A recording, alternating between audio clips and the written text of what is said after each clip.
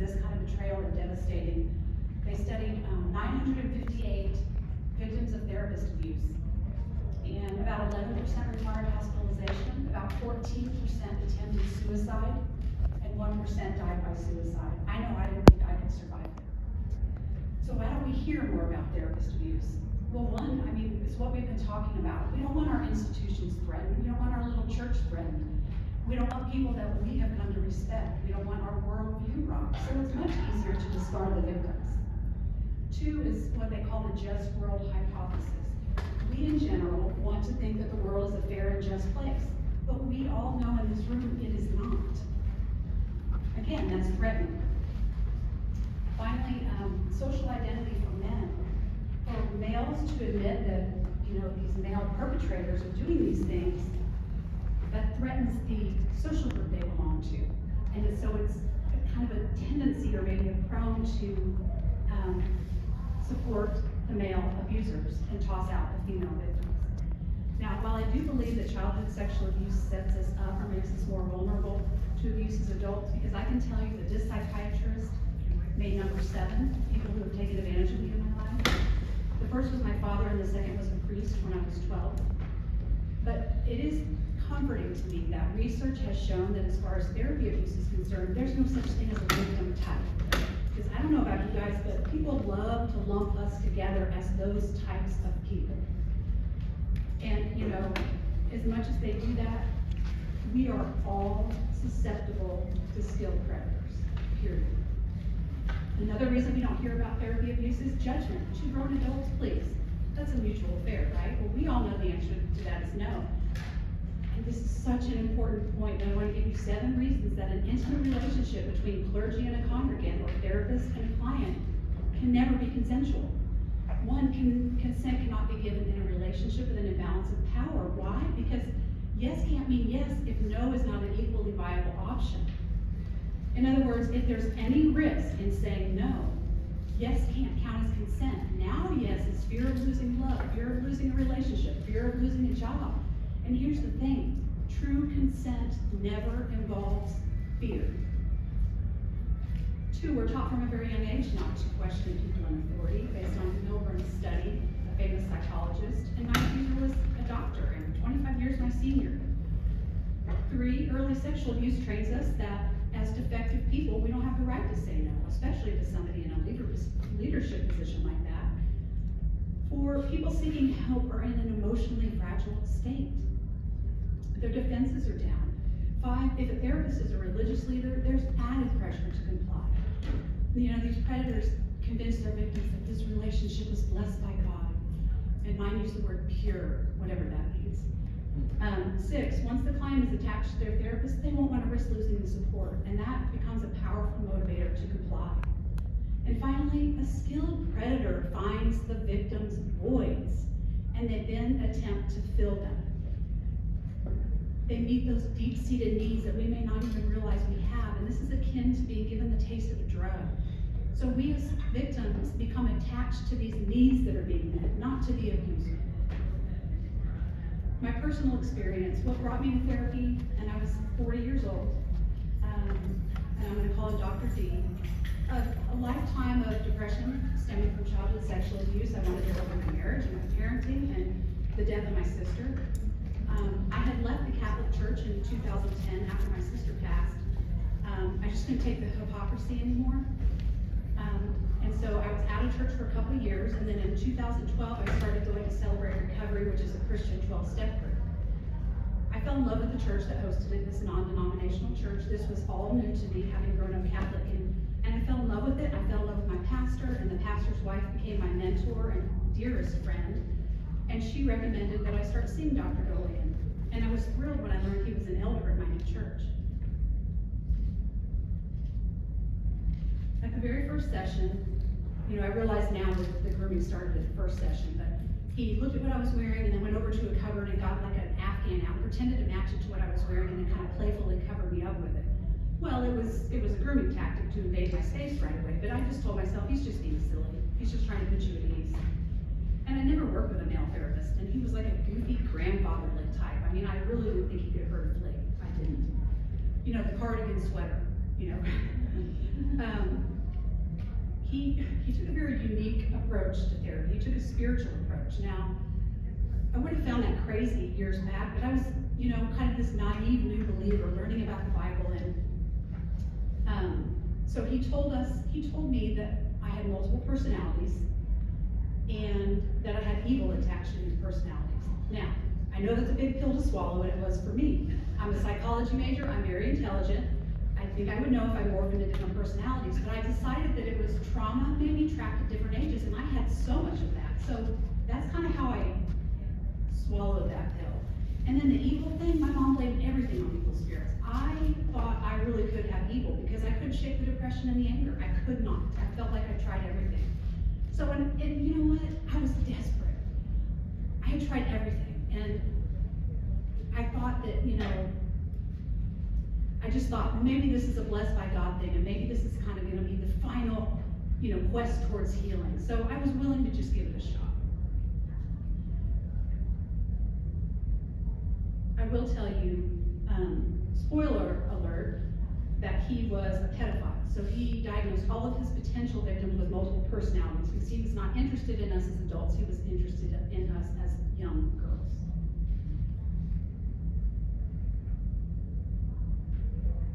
He also told me the Holy Spirit was his boss. And wore a cross necklace.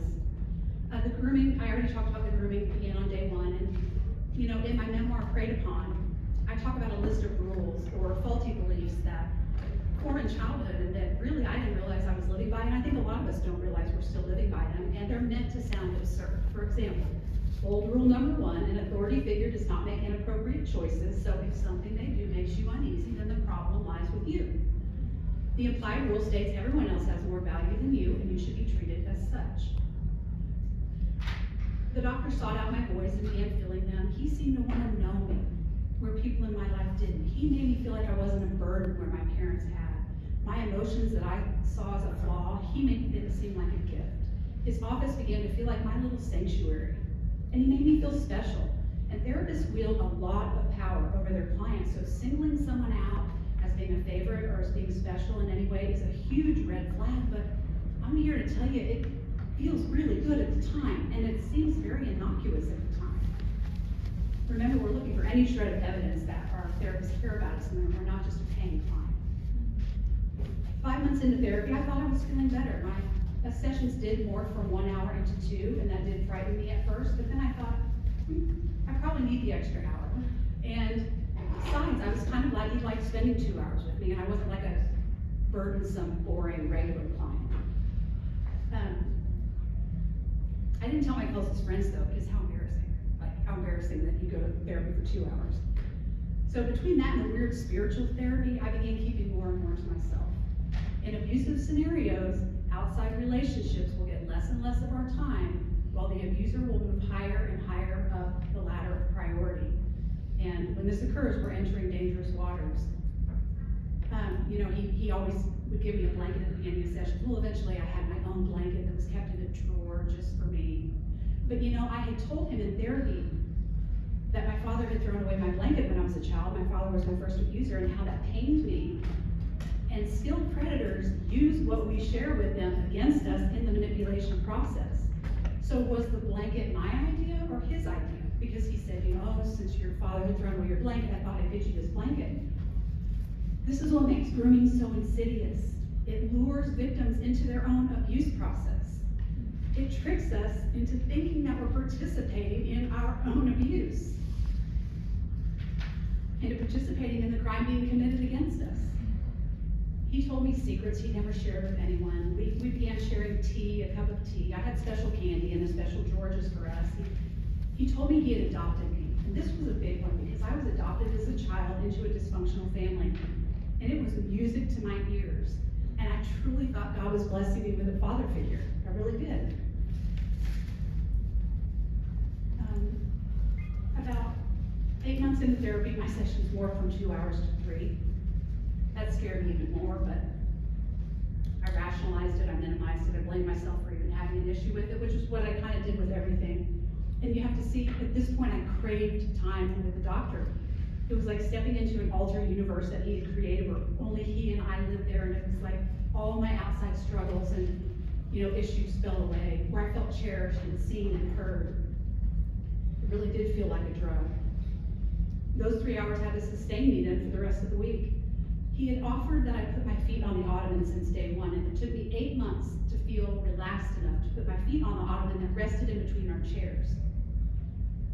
So I finally do this, and as we're in the middle of speaking, he puts his feet up on the ottoman, which was a little startling, but then I thought, Amy, it's fine. It's an ottoman and it's shoes. You're okay. At the next session, and I was flattered that I was like, you're more like father-daughter. He can be more relaxed with you, it's okay.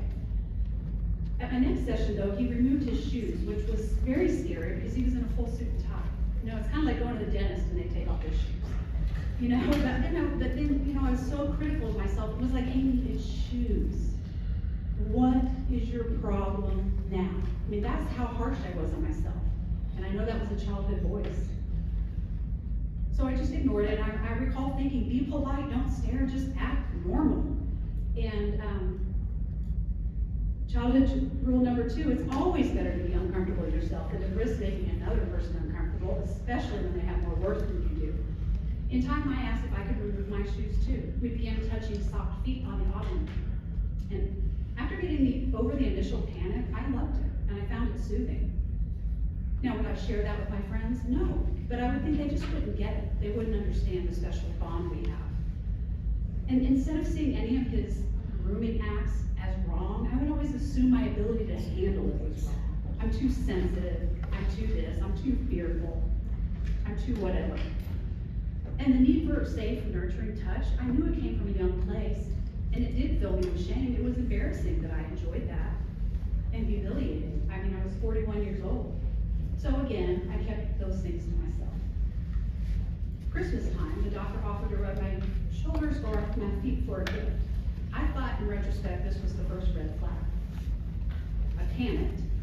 Sadly, I wish I could tell you that no was an option, but it did not feel like an option. So I forced myself to slide down in my chair and allow the doctor to rub my feet while pretending it's completely normal and doing therapy for 3 hours. To say it was awkward was an understatement. And whenever he would sense my discomfort, he would try to reassure me, human touch is a basic need. There's nothing to be ashamed of. It comes from a very childlike place. And I'm not even kidding. He even told me, the Apostle John rested his head on Jesus' shoulder and even in his lap. And I thought, well, I guess if I'm in the company of the Apostle John, didn't feel good to me, but I was like, okay, I'm new to the Bible. I'll go with that. I did tell the pastor's wife about it, though, my mentor, because things were starting to stack up, and she thought it was sweet. I let it go. In January, my insurance stopped covering sessions, and it made me feel uncomfortable. I went to the secretary and I said, hey, my insurance isn't paying anymore, my deductible, and you're not getting paid. And I could tell by the way she fumbled over her words, and I could see the doctor smiling that it was intentional. Well, again, I had shared that I was always told growing up what a financial burden I was, how expensive I was. And so I thought that this nice man was just trying to show me in this simple way that I was worth more than any dollar amount, again, using my therapy and what I shared against me, right? And I thought, oh, Amy, it's fine. Your insurance is going to start paying in a few months, and I don't think you'll bankrupt it. Like, just get over it. Again, you're worrying, you're overthinking. But it did make me feel more indebted when I would go to the sessions. I really wanted to know he was being paid, which was of course, his plan all along. Valentine's Day, he brought my tea and a heart mug. He told me it was a gift, and I awkwardly chuckled and left it there in the office. I told myself he's just being silly. About a year into therapy, I was crying, and he came over to my side and sat across from me on the ottoman and pretended to dab my tears with a tissue, which again was embarrassing, but again was kind of comforting. And again, I thought was a therapeutic gesture. Noticing that he looked uncomfortable on the ottoman because he'd had surgery a couple of years prior, I asked him if he would sit next to me in the oversized chair for the remainder of the session. So I'm sure you can guess that anything that happened after that I assume would be my fault because I asked him to sit next to me. However, I did not ask him to sit next to me. It was his plan to get over to my side of the office. We finished out the session. I cried on his shoulder, and I remember I got makeup on his shirt and I felt really guilty. So I come to the next session. Hold on, I want to make sure I'm staying on track here. Yeah, it became routine. He sat next to me in the oversized chair from then on, and I began to like it. It felt weird at first. It didn't feel wrong. It felt embarrassing. And there's a difference. You know, to feel getting nurturing, because it all seemed nurturing and innocent and benign, and he's a father figure, and I thought God was blessing it.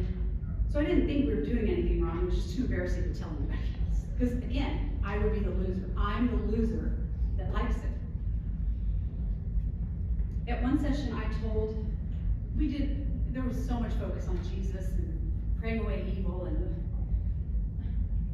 that's really all we talked about, really, was inviting Jesus into these broken spaces and praying away evil. So I had told him that I imagined myself dancing with Jesus like a father-daughter would, you know, at their wedding, and how it was just sort of a healing experience for me to envision. Well, at my next session, he brought a radio and said, I thought we could dance. And I mean, I just was like, beat red, like, panic, panic, panic. But again, I can't say no, I'm just frozen, I just freeze. And then my mind's saying, say something, this is so uncomfortable. And I thought, Amy, he's offering this because you brought that up and it could be therapeutic. So I made myself do it. It was horribly awkward. It was to a children's song, no less. But I got through it, and I didn't think of it again. Well, I say that. At my next session, after I had processed it for a week, I said, you know what? That was so scary for me, but I so appreciated the offer that I really said this, I said, I want to try dancing with you for 1,000 more times until I can do it without it feeling terrifying, because I thought that was the goal. And I had such a traumatic bond with my father. So I said, could we dance to a father-daughter song, very innocent father-daughter song on my phone? We did. During that dance, he grabbed my butt. I panicked, and you know, the polite part of me was like, how long is this freaking song? Like, let's get through this song so that we can never do this again. I never spoke of it. And I blamed myself because I had asked for it. Now, did I ask to dance with my doctor? No, but you know. So I finally, rule 16, if someone does something bad to you, look for what you did to instigate it and chalk it up as a lesson learned. Never bring it up, because it would make the more valued person feel awful. But I did run it by Lori because it was just eating at me, my mentor, pastor's wife. She took the doctor's side, and it crushed me. In fact, her words were very harsh, and she said, I trust him implicitly. I mean, it was like a threat. And I was just thrust right back to telling my mom about the priest. And, you know, I wrote down here that I really want to share with you. When you're sexually abused, especially as a child, you forfeit your right to your own reality. Your new reality is now whatever makes the adults in your life comfortable. So your choices are alter the facts or never speak of it again. And I chose number 2. I would never speak of it again. And I knew I was on my own now, and I knew that I was going to have to fix this relationship with the doctor. However, I was incredibly attached. He began sharing more of his personal life and his brokenness. I felt responsible for him. I thought he needed me too. He began trying to undo the father-daughter bond and move it towards romance, which completely freaked me out. He started calling me from his cell phone. He told me he never loved his wife in a romantic way. Then there was a session where I came in, and you know, we were removing our shoes still, but he starts to unbutton his shirt and tie and just take it off, and he has on an undershirt, and to say I was scared was an understatement. I just froze, and I was panicking and running through what was maybe happening, why is this happening, and I thought, I cried on his shoulder the week before, and I got mascara on his white, crisp, iron shirt, and he's gonna have clients after me, and it isn't bad that he's sitting next to me, and he wouldn't wanna look all, so that's how I got through that. However, a little bit of my honorary side will come out, and I'm proud to admit that he would bring us tea at the beginning of the sessions, and after he took off his shirt and tie with no comment, and just placed it on his chair, I said, he had said, do you want any tea? before he took it off, because he knew what he was about to do, and I said, no, thank you. As he's standing there in his undershirt and his shirt, or undershirt, pants, belt, and socks, I said, I do. I want tea. So he slowly put his shirt back on, buttoned all the buttons, tightened up the tie, tucked it in, went out, got his tea, set it down, took it back off. But, you know, to say that was a victory is a small victory. It was a little bit of having a voice for me at that point. But sessions continued. That became commonplace. Humans desperately need to make sense of their experience. So it is so distressing when we experience cognitive dissonance or having vastly different thoughts or feelings about someone or something at the same time. We cannot do it. And so this kind, gentle, nurturing man could not be an evil sociopath. He couldn't be both. He could not be helping me and hurting me. So, you know, we'll do anything in our power to lessen that discomfort, even if it means denying reality, altering the facts, or accepting the blame, and that's what I did.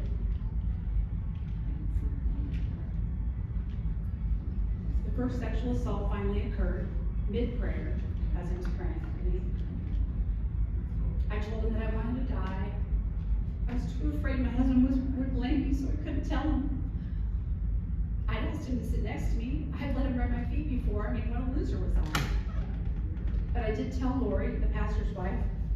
She dismissed me and defended him for a second time. Now, also remember, I was isolated. The doctor and Lori were the only two people in my inner circle. And that's partly because of the abuser. They isolate us to where there's more and more we can't really share with other people. It's not bad, it's just stuff we don't really want to share with other people. So Lori was really the only other one that knew. And her betrayal was probably harder than the abusers. I hated the doctor, but I needed him even more. He was the only one left. And he managed to produce one tear. My friend said he probably squirted on his face with a squirt bottle when I wasn't looking. I know, I mean, you have to laugh, right? And he told me, I only wanted you to feel loved. And I caved. I caved, just like that. And I even remember going from, I hate you, I can't believe you did this to me, to, I'm sorry, I'm so sorry. Because I thought my neediness and my brokenness caused him to stumble, or he was trying to help me and it accidentally went too far. Dr. Fuller will talk about this more, but relationships that alternate between love and cruelty create a strong addiction in the brain. And it's very hard to walk away from. That's why gambling is such an addictive thing. So in July, so I've been seeing him for about a year and 3 months. The sessions were now twice a week for 3 hours. The last few sessions, there were no clothes.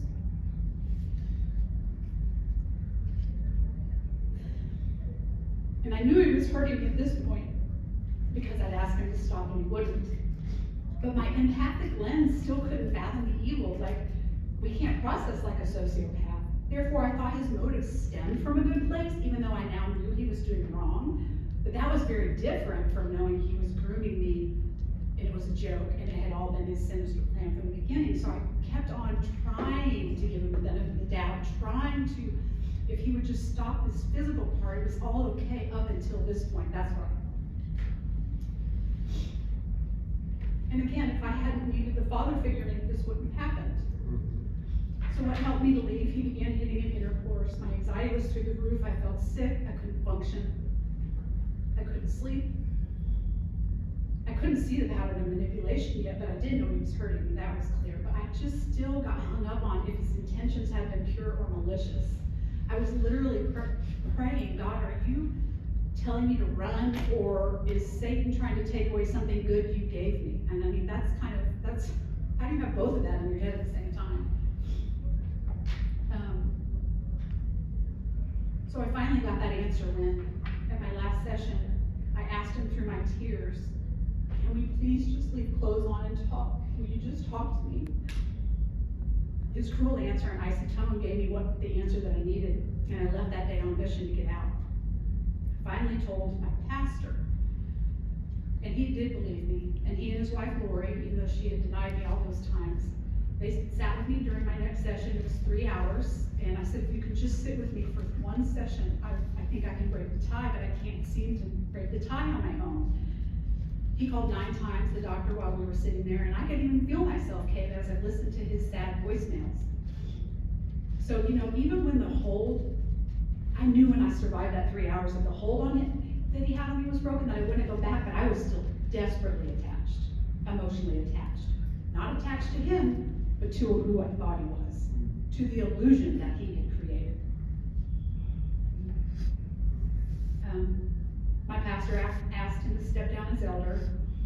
I still just thought it was something weird with me, and I said, no, just help me get out, just help me get out. He helps other people, it's just something weird with me, just help me get away, just leave him be, I don't care, I'll leave the church. Because that's where my mind was at the time. I told my husband everything, and just as I feared at first, he called it an affair. How was he supposed to understand it? I didn't even understand it.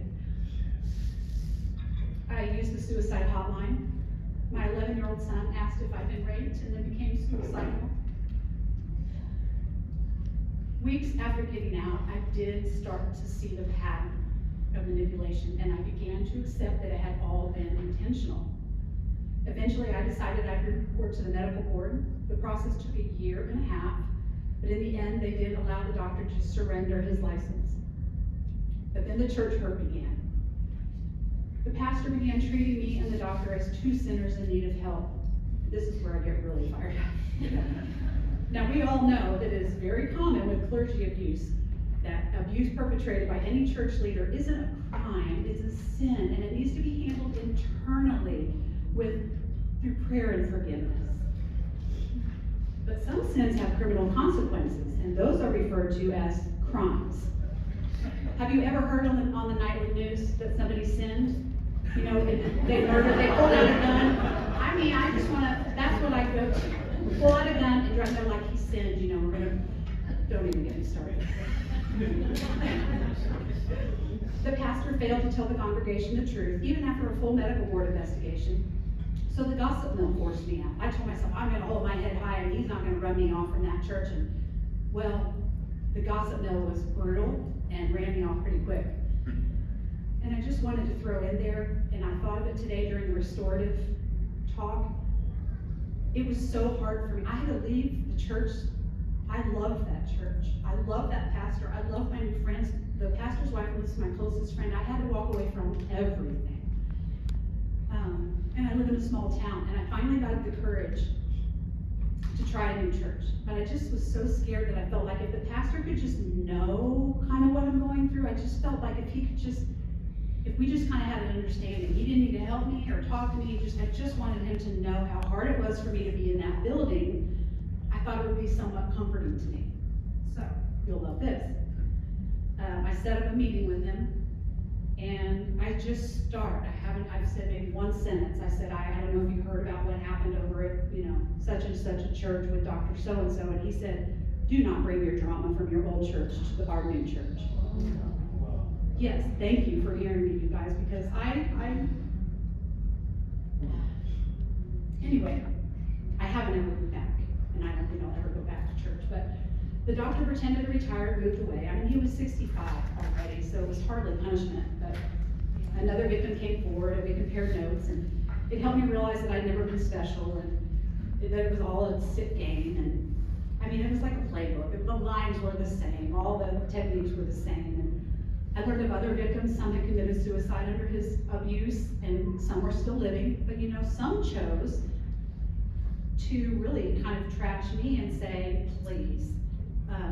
I was having sex with them too, and that was a mutual decision because they don't want to admit they're being prostituted because she was getting free pain medication under the table because he was a psychiatrist. But you know what? And that's survivors' right to think that. But I guess what I'm just saying is there's survivors that really don't ever want to let that in. But they were used. My husband eventually saw the abuse for what it is, and our marriage began to heal, and of course he's here today, and he's part of my ministry. An investigator at the medical board told me that I might have a strong enough case to prove criminal rape, but two attorneys that specialize in this kind of abuse told me that because therapist abuse or therapist sex with a client is not criminally illegal in my state, it is in about half the states, that a criminal investigation would be brutal for you and your family, and he would likely walk. So I filed a civil malpractice suit instead, And you'll love this. The pastor's wife told me that as a Christian, I'm not allowed to sue another Christian. To which I responded, he's not a Christian. She just looked at me like, well, whatever do you mean? He wears a cross necklace. He's on the prayer team. Needless to say, I proceeded that day afterwards. The suit concluded 3 years later, but I can tell you that the 6-hour deposition that I was put through by the defense was almost as victimizing as the abuse itself. I mean, it's no wonder we don't come forward. It's no wonder we don't come forward. It was so brutal. It was nothing about what happened. It was 6 hours of trying to mock me, humiliate me, discredit me, and upset me. But you did it.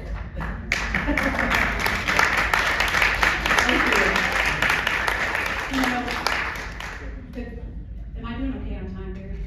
Yeah. Okay.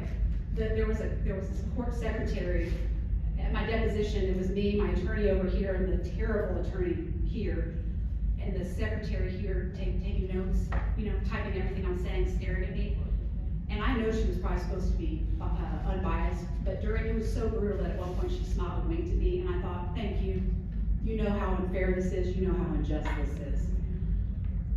A wise psychologist who specializes in therapist and clergy abuse of adults asked me if I had shared the details with my spouse yet. And I said, yeah, I told him everything. I'm an honest person, that's what I do. And he said, well, that's a shame. Because the first thing I do in these situations is sit the couple down and tell the spouse, your wife was a victim of a crime, or vice versa. Your husband was a victim of a crime. And do crime victims owe explanations as to the crime committed against them? No. So why do we continue to ask this of victims of sexual assault? So why didn't you just leave? Single most shaming question you can ask a victim of adult sexual abuse. And I'll tell you why. We can't escape the abuser without outside help, and who are we going to trust? It'll be called an affair. We know that. We'll be blamed. People would rather hold on to the illusion of their beloved church leader. It's much easier to discard one victim. I love this quote by Judith Herman in her book, Trauma and Recovery. She says, it is very tempting to take the side of the perpetrator because the perpetrator, all they ask is that the bystander do nothing. You guys know this quote. The victim, on the contrary, asks the bystander to share in the burden of pain. We require things. Is that 5 minutes, honey? Okay, good. I am ahead, so that's good. We blame ourselves. I thought I was just too needy. And besides, I don't want to tell other people what a loser I was, so I'd rather keep it, I'd rather not report him if that means telling on myself. Possible damage to our lives. It is a lot to risk in order to come forward and do the right thing and report. It's also a very heavy secret to carry. So we're almost damned if we do, damned if we don't. I mean, we risk losing everything. I thought I'd lose my marriage, my family, I lost my church, I lost my friends, I lost my support group, I lost everything. My faith for a while. And these abusers played on our empathy. I thought, how can I hurt him after all he did for me? Guilt. He told me it would kill him if I ever left. They've isolated us, and we feel still addicted to the relationship. We're convinced we can't survive without them, which is very, very confusing when you're trying to heal, by the way, when you're grieving something that never existed. But you have to do that. Shame. They've made us uncertain of the role we played. I mean, look at mine. Was I a victim or was I a willing participant? And if we don't know, how are we supposed to convince other people what we just went through? Confusion. We hate the man who abused us while simultaneously feel attached to the person we thought they were. Trauma bonding. I touched on this earlier, but trauma bonds form in relationships where the relationship alternates between love and cruelty. They create powerful attachments. And finally, abusers' threats. Mine said, once you see a psychiatrist, no one will ever believe you. And besides, I'm best friends with the DA, which he was, I think. And the DA actually sat behind me in church. So that was lovely. Sorry. Tangent. I'll say this again, we need outside help to escape these abusive relationships. The psychological hold they have on us is just too strong. So how can we make it easier for adult victims to come forward, to report, and to seek help. We have to stop blaming victims. And according to Brene Brown, the antidote to victim blaming is empathy. So how do we show empathy? First, we judge what we don't understand. So we have to educate ourselves and others on abuse of power. Second, we can be supportive. We can sit with the victim and we can empathize with their pain. We don't have to understand the abuse they went to understand the emotions that come with it. Third, be open to seeing things through the survivor's lens. Victims threaten us. Remember the quote? Victims require us to do something, some uncomfortable somethings. Perpetrators ask that we do nothing. In closing, I want to say a few things.